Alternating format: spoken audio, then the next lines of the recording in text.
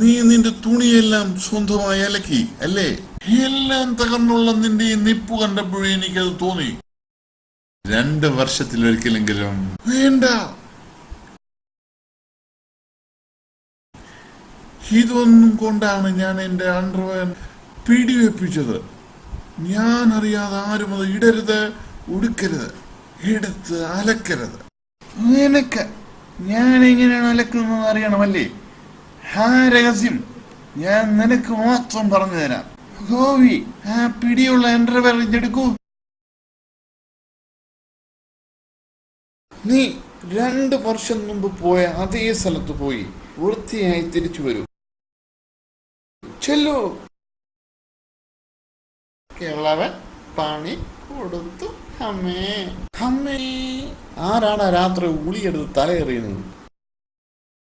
അത്തള പിത്തള തവളാച്ചി കൊക്കു വലിക്കന പുഴയപ്ല മറിയം വന്നു വിളക്കൂതി. ഹോ ഹോ ഹോ.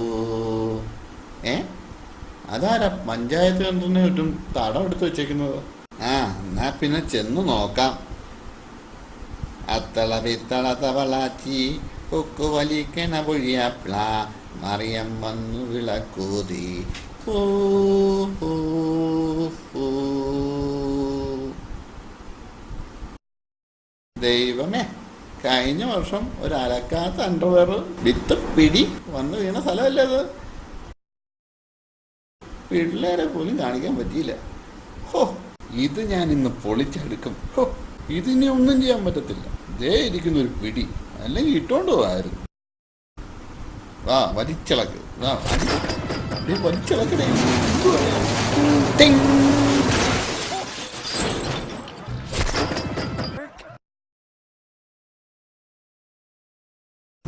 മനോഹരമായിരിക്കുന്നു പിടി.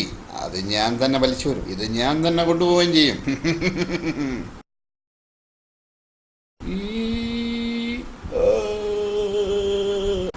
ഇപ്പൊ ശരിയായി. ഇതേ ഒരു സെക്കൻഡ്. ഇങ്ങനെ അങ്ങനെ ആട്ടെ. നീ എന്റെ പണി കഴിഞ്ഞെങ്കിൽ നിനക്ക് തിരിച്ചു വരാം.